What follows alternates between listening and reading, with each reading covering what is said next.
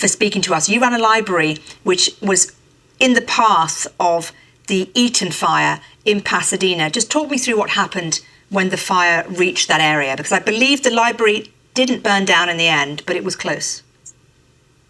Yeah, we actually have 2 library buildings in the Altadena community.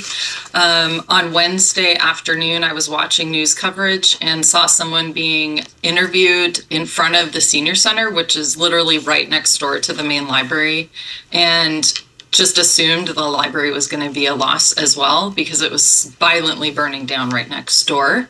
Luckily, because of the way the wind blew, I guess our main library, as well as our small library, which is being renovated now on the west side of the community, both are standing. And I was able to visit yesterday and see that besides being very smoky and the air not being great, the library is in great shape. And I feel like that's really important because we're going to be integral in the recovery process for the community. Absolutely. I know that your staff are trying desperately to help as many people as possible locally. Tell us more about those efforts. I was contacted by LA County Parks and Rec on Friday evening.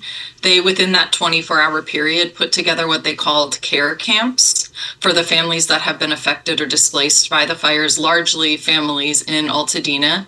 Our staff, because we're still under evacuation order and not able to access the libraries, have been deployed to help work at those 5 sites. We also have 2 outreach vans, and in our trip back up to the library yesterday, we're able to fill those with books, supplies, crafts, games, all kinds of things that are going to hopefully provide some comfort to these kids that don't have homes to go to, either because they no longer stand or they're still evacuated, and really people don't know when they're going to be able to return. So our staff are really grateful for this opportunity to be able to serve our community during this really difficult time.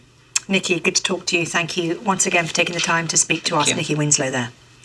Well, we'll be live in Los Angeles shortly.